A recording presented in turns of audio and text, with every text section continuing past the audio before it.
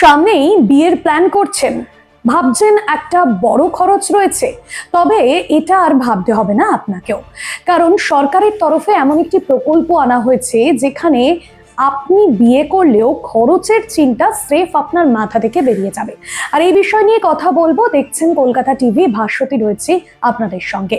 মধ্যবিত্ত পরিবারে বিয়ে মানেই একটা বড় সড়ো খরচ, সেখানে নানান ধরনের খরচ হয়ে থাকে। তবে অনেকের ক্ষেত্রে সেই খরচ সামলাতে যথেষ্ট কিন্তু হিমশিম খেতে হয়। মধ্যবিত্ত সেই সমস্ত মানুষদের জন্যই বিয়ে যদি করেন তাহলে সরকারের তরফে আম্বেদকর সোশ্যাল স্কিম, যেটি এর আগেও ছিল, যেখানে আগে 2.5 লক্ষ টাকা দেয়া হতো, এখন সেই টাকা বাড়িয়ে 5 লক্ষ টাকা করা হয়েছে। তবে এই স্কিমে যদি আপনি অ্যাপ্লাই করতে চান, অর্থাৎ আপনি যদি আপনার অ্যাকাউন্টে এই টাকাটা পেতে চান, তাহলে আপনি এবং আপনার যার সাথে বিয়ে হচ্ছে দুজনকেই কিন্তু অ্যাপ্লাই করতে হবে। এবং দুজনের জয়েন্ট যে অ্যাকাউন্ট, সেই জয়েন্ট অ্যাকাউন্টে কিন্তু এই টাকাটা ক্রেডিট হবে। তার জন্য কিছু শর্ত কিন্তু আপনাকে মেনে চলতে হবে। কি শর্ত মেনে চলতে হবে? যদি আপনি বিয়ে করেন তাহলে আপনাকে ভিন জাতে বিয়ে করতে হবে। অর্থাৎ আপনি অথবা আপনি যদি ছেলে হন, আপনার স্ত্রী বা স্বামী যে হবে, সেক্ষেত্রে আপনাকে কিন্তু স্বামী বা স্ত্রীর মধ্যে কাউকে একজন তপশিলি জাতি হতে হবে, তাহলে কিন্তু আপনি এই প্রকল্পের সুবিধা পাবেন।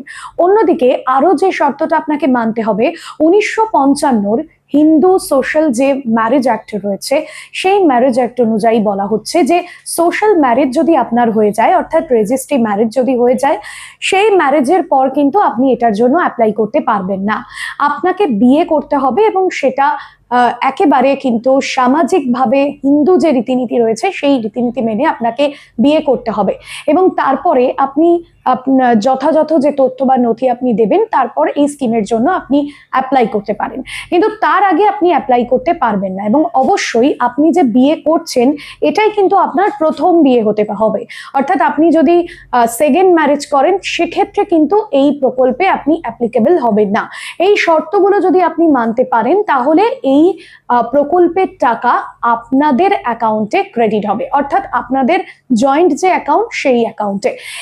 আরো একটা বিষয়, এবং যেটা বলা হচ্ছে, এই শর্ত দেওয়া হয়েছে যে বিয়ের 1 বছর পরে কিন্তু আবেদন করলে হবে না, অর্থাৎ বিয়ের আগেই আপনাকে আবেদন করতে হবে।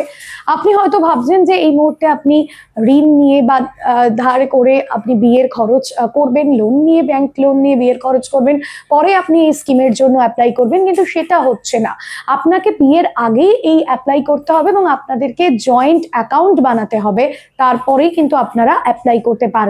এবং আপনাদের যখন হিন্দু রীতিনীতি মেনেই বিয়ে হয়ে যাবে, বিয়ের 1 বছর পর যদি আপনারা আবেদন করেন তাহলে কিন্তু এই বিষয়টা অ্যাপ্লিকেবল হচ্ছে না। সেক্ষেত্রে বেশ কিছু নিয়ম থাকছে এবং সব থেকে বড় কথা এটাই প্রত্যেকে বলছে যে কেন ভিন জাতি বিয়ে করতে হবে। কারণ এখনো পর্যন্ত আমরা এই আধুনিক সমাজে বা 20-এর দশকে দাঁড়িয়েও কিন্তু একটা চিরাচরিত যে প্রথা, সেখান থেকে বেরোতে পারি না, যে তথাকথিত সমাজ সৃষ্ট বেশ কিছু কালচার বা নিয়ম, যেখানে আপনি কোনো জাতি হলেন, সেখানে গিয়ে আপনি ভিন জাতি বিয়ে করলেন, এখনো বেশ কিছু কিন্তু সমাজে সীমাবদ্ধতা রয়েছে। মনে করা হচ্ছে যে সরকার এই প্রকল্পের ফলে বা এই বিষয়ে আনার জন্য আগামী দিনে এই সীমাবদ্ধতা কিন্তু কাটবে, এমন জন্যই কিন্তু এর জন্যই এই ধরনের স্কিম আনা হয়েছে এবং এই ধরনের শর্ত মূলত রাখা হয়েছে।